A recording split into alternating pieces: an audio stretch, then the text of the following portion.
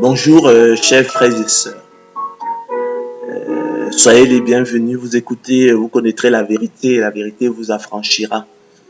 Comme toujours, c'est un réel plaisir pour moi de venir à vous afin qu'ensemble nous allions au pied du Seigneur, partager le pain de vie, la bonne nouvelle de l'élection de la grâce, la bonne nouvelle de la prédestination des unis de Dieu au salut.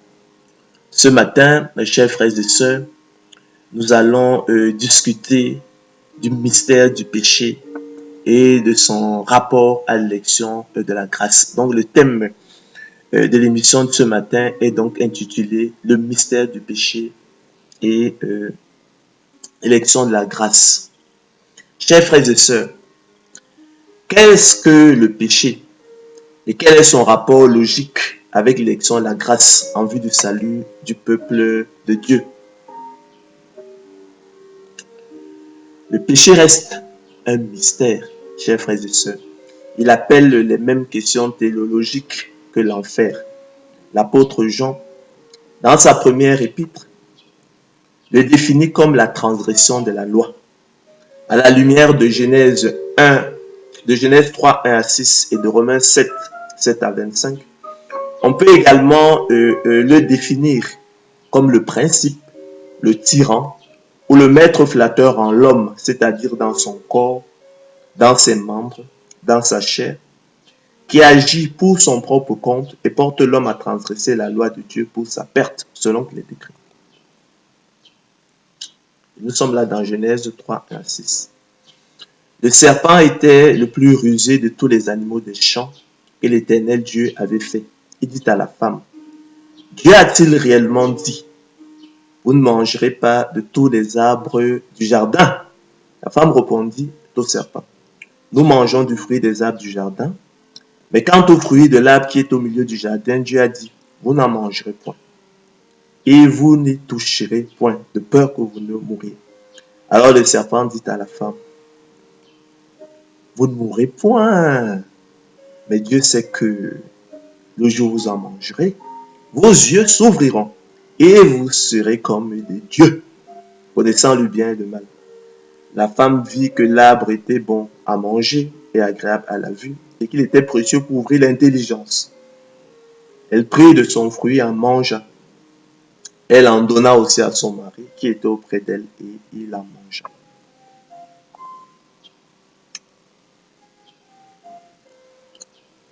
Alors, nous allons ensuite passer donc à ce qui est écrit dans Romains 7, 7 à 25. C'est donc qu'il est écrit. Que dirons-nous donc? La loi est-elle péché? Loin de là. Mais je n'ai connu le péché que par la loi. Car je n'aurais pas connu la convoitise si la loi ne dit tu ne convoiteras point. Et le péché, saisissant l'occasion, produisit en moi par le commandement toutes sortes de convoitises, car sans loi, le péché est mort. Pour moi, étant autrefois sans loi, je vivais. Mais quand le commandement vint, le péché reprit vie et moi je mourus. Ainsi, le commandement qui conduit à la vie se trouva pour moi conduire à la mort. Car le péché, saisissant l'occasion, me séduisit par le commandement et par lui me fit mourir. La loi donc est sainte et le commandement est saint, juste et bon. Ce qui est bon a-t-il donc été pour moi une cause de mort? Loin de là.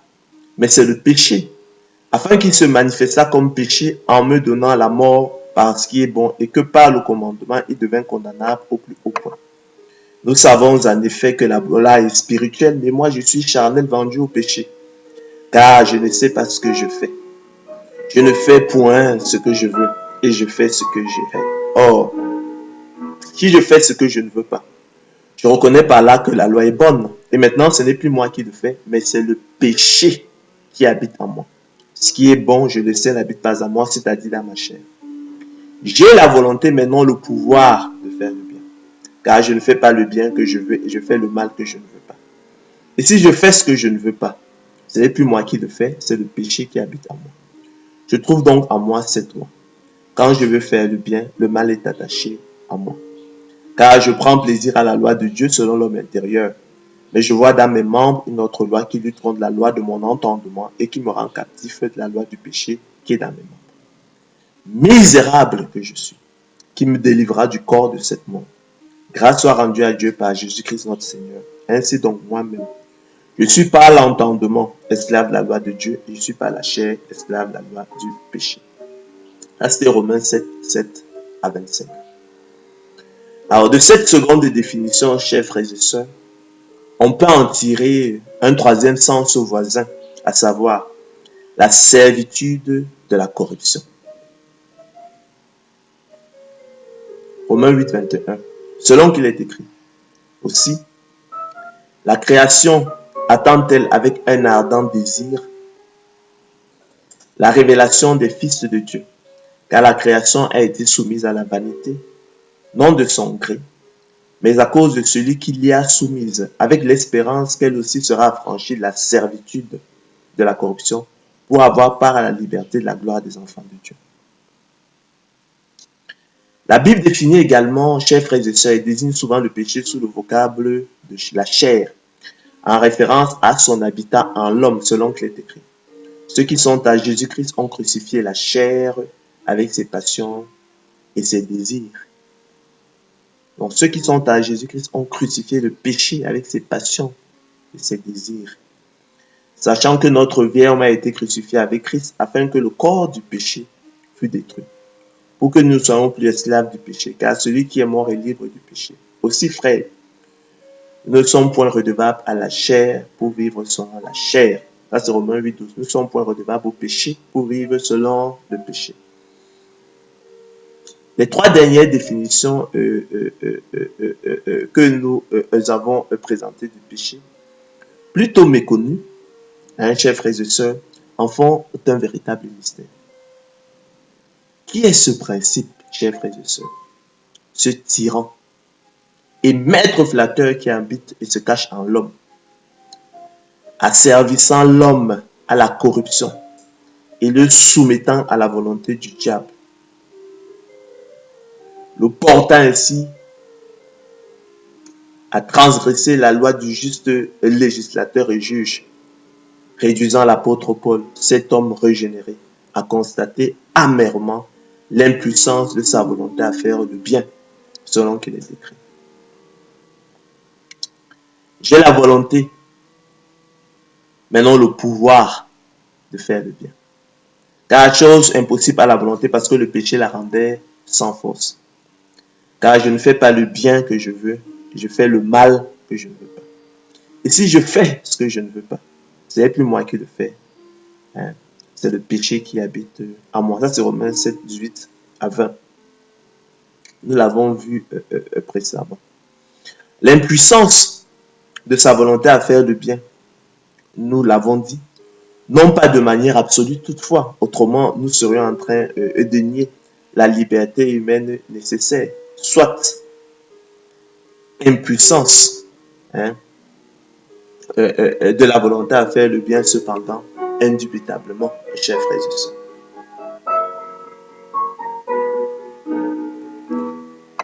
Chers frères et sœurs, si les œuvres du péché sont manifestes selon qu'il est écrit, les œuvres de la chair sont manifestes.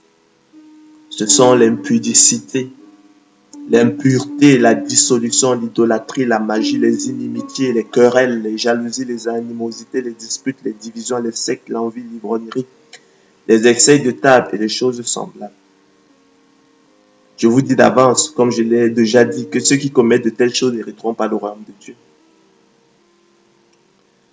Mais le fruit de l'esprit, c'est l'amour, la joie, la paix, la patience, la bonté, la bénignité, la fidélité, la douceur, la tempérance.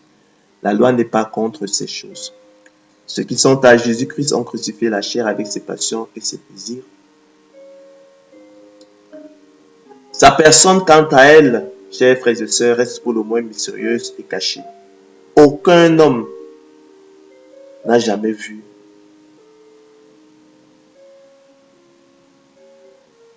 le péché. La révélation biblique reste également muette sur les origines du péché. Elle indique néanmoins que le diable pêche dès le commencement. Il a été meurtrier dès le commencement. Il est menteur et père du mensonge. C'est lui qui, chers frères et sœurs, dans le jardin d'Éden, séduisit Ève par sa ruse selon qu'il est écrit. Le serpent était le plus rusé de tous les animaux des champs. Nous l'avons vu précédemment que l'Éternel Dieu avait fait. Il dit à la femme, Dieu a-t-il réellement dit, vous ne mangerez pas de tous les arbres du jardin? La femme répondit au serpent, nous mangeons du fruit des arbres du jardin. Mais quant au fruit de l'arbre qui est au milieu du jardin, Dieu a dit, vous n'en mangerez point et vous ne toucherez point, de peur que vous ne mouriez. Alors le serpent dit à la femme, vous ne mourrez point. Mais Dieu sait que le jour où vous en mangerez, vos yeux s'ouvriront et que vous serez comme des dieux connaissant le bien et le mal. Donc on le voit donc effectivement accusant Dieu. Hein? On le voit accusant Dieu. On le voit dans le péché. Elle rappelle également, chers frères et sœurs, que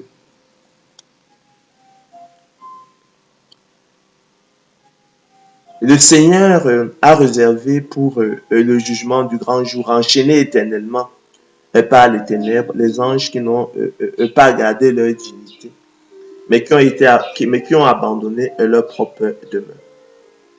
C'est donc dit, chers frères et sœurs, que le péché dans l'univers est antérieur au péché d'Adam, l'on appelle encore le péché originel.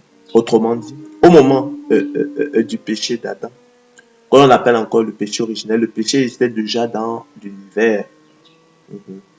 Puisqu'on voit le serpent ancien qui est trempé dans le péché, qui est assis dans le péché, qui est installé dans le péché, lorsqu'il accuse Dieu dans le jardin d'Éden devant Ève.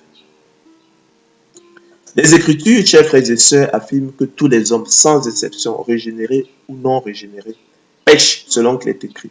Non. Il n'y a sur la terre point d'homme juste qui fasse le bien ne pêche jamais. Ça, c'est Ecclésiaste 7 fin. Si nous disons que nous n'avons pas de péché, nous nous séduisons nous-mêmes et la vérité n'est point en nous. Si nous confessons nos péchés, il est fidèle et juste pour nous les pardonner, pour nous purifier de toute iniquité. Si nous disons que nous n'avons pas de péché, nous le faisons mentir et sa parole n'est point en nous. Ça, c'est 1 Jean 1, 8 à 10. C'est ainsi, chers frères et sœurs, que dans le texte de Romains 7, 14 à 25, il est bel et bien question du péché dans l'homme régénéré selon qu'il est écrit. Je prends plaisir à la loi de Dieu selon l'homme intérieur, selon l'homme régénéré, selon mon entendement.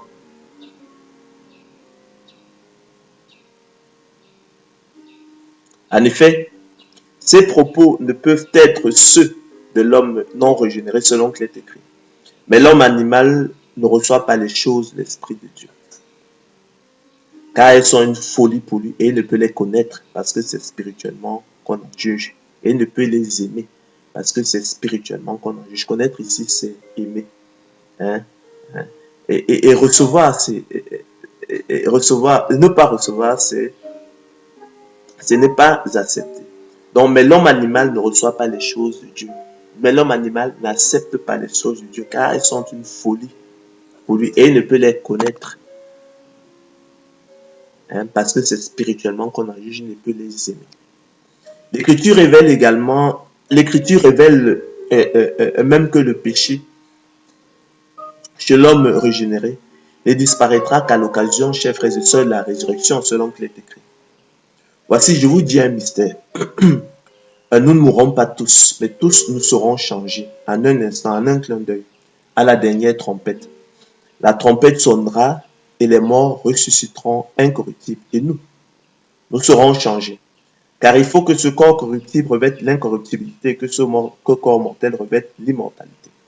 Lorsque ce corps corruptible aura revêtu l'incorruptibilité et que ce corps mortel aura revêtu l'immortalité, alors s'accomplira la parole qui est écrite.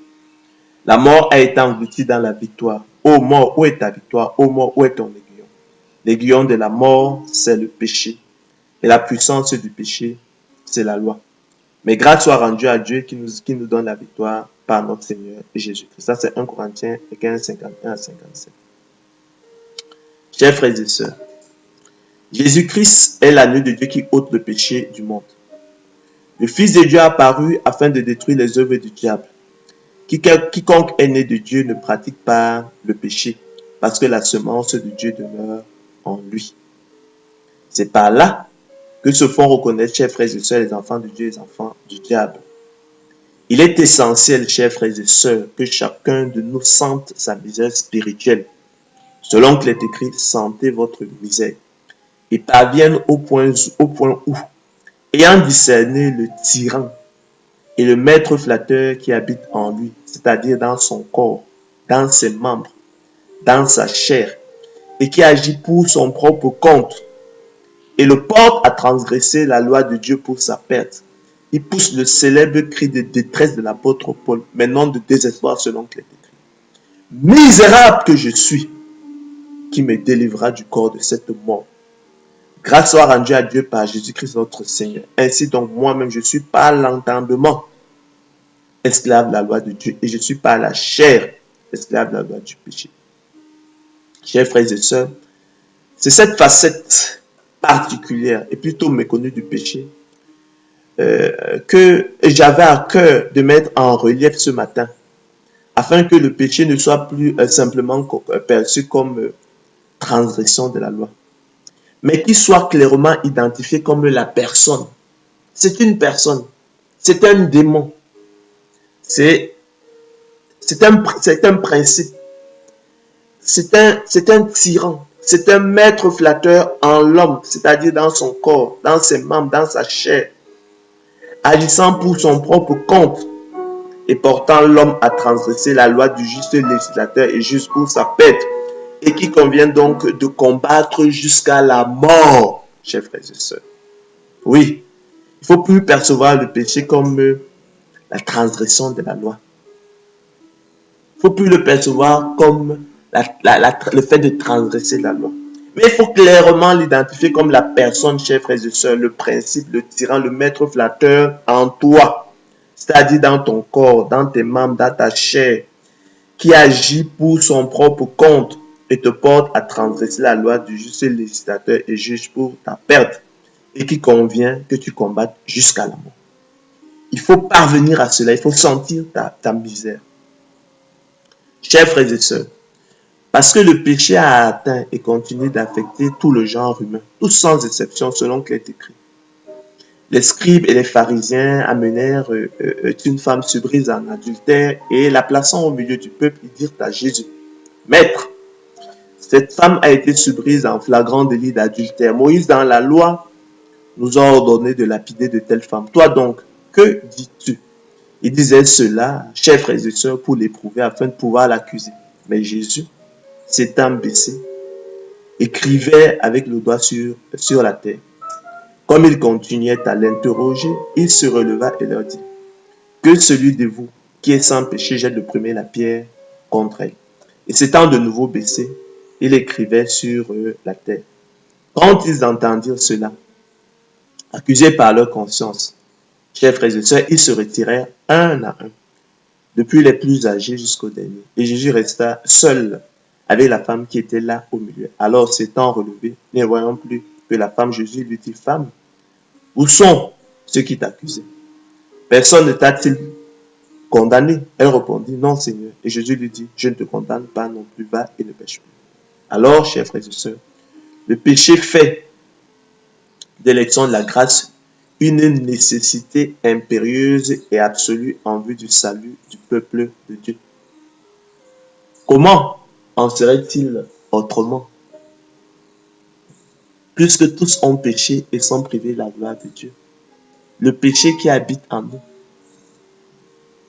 nous condamne tous. Ce corps mortel ne revêtira l'immortalité qu'à la résurrection des justes. Ce corps corruptible ne revêtira l'incorruptibilité qu'à la résurrection des justes. Nous sommes de misérables pécheurs. Parce que nous transgressons dans la loi de Dieu, elle nous condamne tous. Il ne reste plus que l'élection, la grâce, la prédestination des yeux de Dieu au salut pour sauver le peuple de Dieu. C'est une nécessité logique. C'est une exigence. En effet, chers frères et sœurs, sans elle, sans élection de la grâce, personne ne serait sauvé.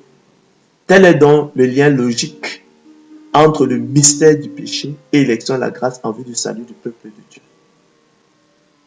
Pour percer un peu plus le mystère du péché, notamment dans ses aspects théologiques, il faudrait pousser la méditation en lien notamment avec l'intuition de la liberté et le mystère de l'enfer. Mais cet exercice ne semble pas être l'objectif majeur de la révélation biblique et pourrait même nous éloigner considérablement de ce qui est bon et utile aux hommes. Savoir que nous aussi, nous étions autrefois insensés, désobéissants, égarés, asservis à toute espèce de convoitise et de volupté, vivant dans la méchanceté et dans l'envie, dignes d'être haïs et nous haïssant les uns des autres. Mais lorsque la bonté de Dieu notre Sauveur et son amour pour les hommes ont été manifestés, il nous a sauvés, non à cause des œuvres de justice que nous aurions faites, mais selon sa miséricorde. Par le baptême de la régénération et le renouvellement du Saint-Esprit, qu'il a répandu sur nous avec abondance par Jésus-Christ notre Sauveur, afin que, justifiés par sa grâce, nous devenions en espérance héritiers de la vie éternelle. Cette parole est certaine et je veux que tu affirmes ces choses, afin que ceux qui ont cru en Dieu s'appliquent à pratiquer de bonnes œuvres. Voilà ce qui est bon et utile aux hommes. Mais évite les discussions folles, les généalogies, les querelles, les disputes relatives à la loi, car elles sont vaines et inutiles. Bien-aimés, je vous exhorte comme étrangers et voyageurs sur la terre à vous abstenir des convoitises charnelles qui font la guerre à l'âme. Et ayez au milieu des païens une bonne conduite, afin que là même où ils vous calomnient comme si vous étiez des malfaiteurs, ils remarquent vos bonnes œuvres et glorifient Dieu au jour où il les visitera. Ainsi donc, Christ ayant souffert dans la chair, vous aussi aimez-vous de la même pensée. Car celui qui a souffert dans la chair en a fini avec le péché afin de vivre non plus selon les convoitises des hommes, mais selon la volonté de Dieu, pendant le temps qu'il lui reste à vivre dans la chair. C'est assez en effet d'avoir dans le temps passé, chers frères et sœurs, accompli la volonté des païens, en marchant dans la dissolution, les convoitises, l'ivrognerie, les excès du manger et du boire, et les idolâtries criminelles. Aussi trouve-t-il étrange que vous ne vous précipitiez pas avec eux dans le même débordement de débauche. Et ils vous calomnient. Ils rendront compte à celui qui est prêt à juger les morts et les vivants. Chers frères et sœurs, nous sommes donc ainsi parvenus au terme de l'émission du jour. Nous avons donc vu le mystère du péché, à savoir le principe, le tyran, le maître flatteur qui habite en toi, dans ta chair, dans tes membres, et qui te porte donc à transgresser la loi du juste juge et législateur, hein, pour ta perte. Alors, ce qui est étonnant ici, c'est que le péché le fait pour son propre compte et pour ta perte.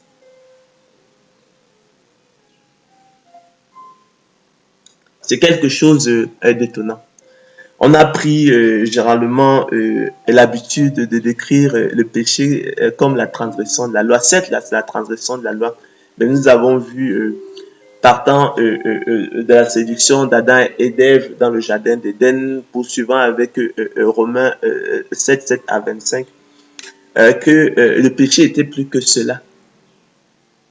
Et il était le principe, le tyran, le maître flatteur dans l'homme, dans son corps, dans sa chair, dans ses membres, qui agit pour son propre compte et qui portait l'homme effectivement à désobéir à Dieu, à transgresser la loi de Dieu pour sa perte.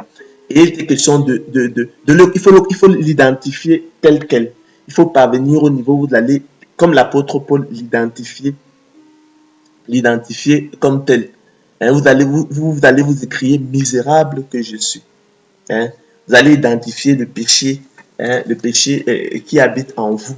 Ce tyran-là qu'il faut combattre jusqu'à la mort. Donc, selon qu'il est écrit. Nous savons en effet que la loi est spirituelle, mais moi, je suis charnel, vendu au péché. L'apôtre Paul l'avait parfaitement compris. Car je ne sais pas ce que je fais. Il n'a pas dit qu'il ne comprend pas ce qu'il fait. Je ne fais point ce que je veux. Et je fais ce que je hais, dit-il. Donc je ne fais point ce que je veux et je fais ce que je hais.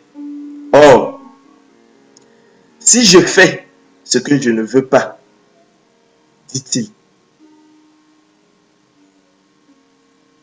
ce n'est plus moi qui le fais, logique, mais c'est le péché qui habite en moi.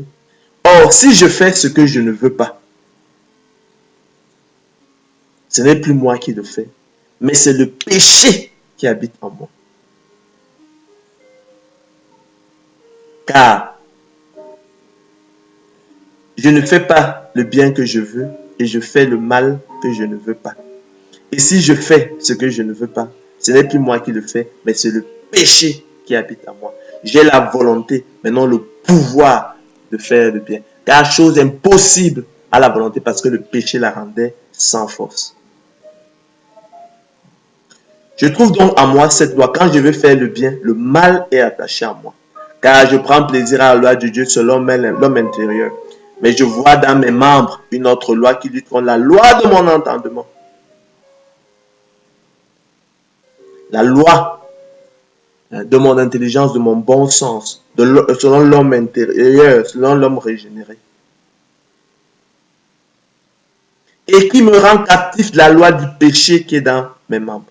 Misérable que je suis. Je vous prie, chers frères et sœurs, de sentir votre misère, de parvenir à ce constat.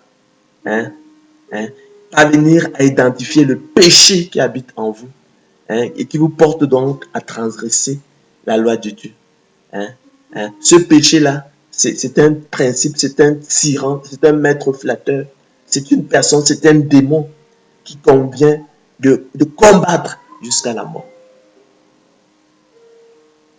Il faut parfaitement l'identifier. Lorsque vous l'aurez parfaitement identifié, lorsque vous aurez identifié l'ennemi, vous pourrez facilement, effectivement, le combattre. Vous ne ferez plus d'illusions sur votre propre justice. Vous allez le combattre. Et avec l'assistance du Seigneur de gloire Jésus-Christ, vous allez le vaincre. Appliquez-vous simplement à pratiquer effectivement de bonnes œuvres. Combattez le péché. Recherchez la volonté de Dieu. Identifiez le péché qui habite en vous. Appliquez-vous à pratiquer de bonnes œuvres. Ne vous vautrez pas dans le péché. Mais au contraire, combattez-le. C'est ça, la sanctification, qui est la croissance à la ressemblance de Christ. Selon qu'il est écrit, recherchez la sanctification sans laquelle personne ne verra le Seigneur.